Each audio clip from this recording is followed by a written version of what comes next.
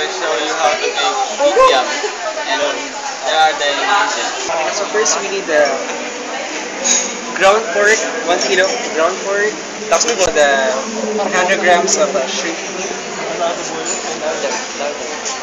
We have the 1 tablespoon of refined salt, 6 tablespoons of refined sugar, 2 tablespoons of garlic, 1/2 cup of singkamas, shredded and pressed, 1/2 cup of onion, 1 teaspoon of ground black pepper, 1/2 teaspoon goyo powder, and 2 pieces of eggs, and 1/2 teaspoon of red chili,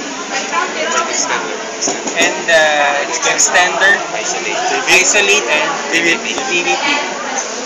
Alright, we need to put the extender first to our pork. Massage. And we massage, mix it. Tada!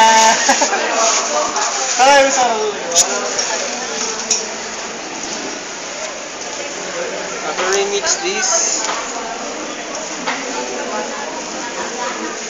okay.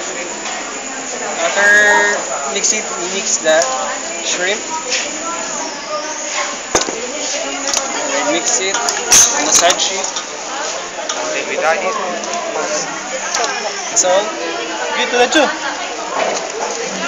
put the refined salt. After we put the refined salt, we put the sugar.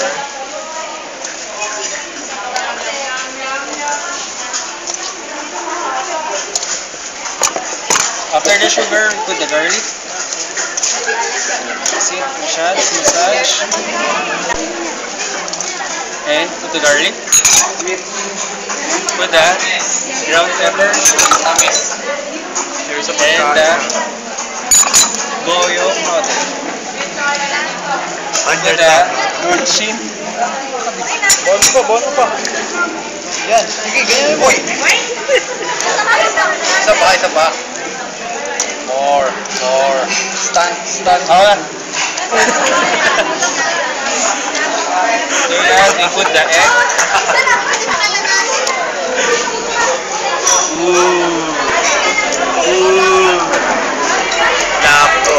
Want some egg?